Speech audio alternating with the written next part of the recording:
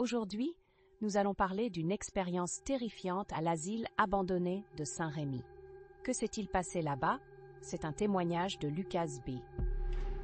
Je m'appelle Lucas B, j'ai 32 ans et depuis mon enfance, je suis passionné par les histoires d'horreur. Mon goût pour le frisson m'a conduit à devenir réalisateur amateur de courts-métrages d'horreur. Il y a quelques mois, j'ai décidé de me plonger dans une expérience qui me hantera à jamais. J'ai entendu parler d'un asile abandonné, l'asile Saint-Rémy, situé à proximité de la petite ville de Puy-en-Velay, en France. Cet asile a été inauguré dans les années 1930, mais a fermé ses portes dans les années 90, après de nombreux scandales de maltraitance et d'expériences médicales controversées. C'était une journée fraîche de novembre. Le ciel était couvert et il y avait un épais brouillard qui se levait, obscurcissant la visibilité.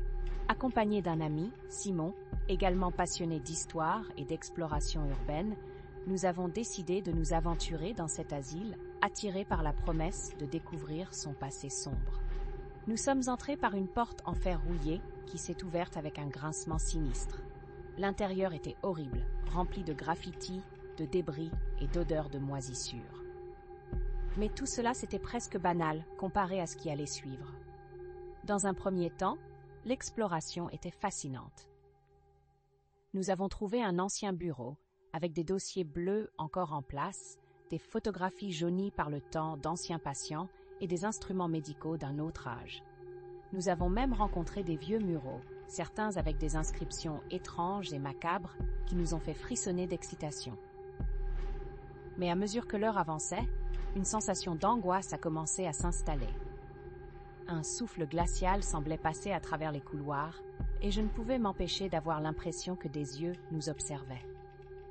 Nous avons continué notre visite, lançant des blagues pour atténuer la tension, mais l'ambiance se faisait de plus en plus oppressante. Tout à coup, Simon a remarqué quelque chose de bizarre. Il avait une fausse dent en argent scellée dans les murs, comme si quelqu'un avait essayé de l'enlever. Cela nous a semblé étrange, même pour un lieu comme celui-ci. Poussés par notre curiosité, nous avons commencé à gratter autour de cette dent, mais nous avons été interrompus par un bruit sourd provenant du bas des escaliers. En forçant son couvercle, je découvris une collection. Sur un coup de tête, nous avons décidé d'aller voir. Nous sommes descendus des escaliers en bois craquant, chaque pas faisant résonner les murs de l'asile. La lumière de nos lampes torches dansait sur les murs, projetant des ombres qui semblaient se mouvoir. Quand nous sommes arrivés au rez-de-chaussée, au bout d'un couloir, nous avons trouvé une porte ouverte. Curieux, nous sommes entrés, et là, une scène choquante s'est révélée à nous. Un ancien dortoir pour patients, mais dans un état déplorable. Un matelas pourri traînait dans un coin, et sur le mur voisin, des mots étaient griffonnés dans une écriture presque incohérente. « Évadé, il me cherche ». Soudain, nous avons entendu un bruit derrière nous. Nous avons vite tourné la tête, mais il n'y avait personne. Étrangement, notre instinct nous disait de partir, mais la curiosité prenait le devant, nous forçant à fouiller les lieux. À cet instant, nous avons réalisé que quelque chose clochait sérieusement. Léger et furtif, je sentais qu'un regard se posait sur nous, comme si un spectre guettait notre moindre mouvement. Nous avons commencé à avancer vers la sortie, mais un couloir plus loin, une silhouette floue dans le brouillard des escaliers nous a arrêtés net. Une femme, vêtue d'une robe blanche déchirée, se tenait immobile. Ses yeux écarquillés semblaient perdus. C'était comme si elle était une résidente de cet asile, mais son aspect spectral et sa pâleur faisaient croire qu'elle n'était plus d'ici.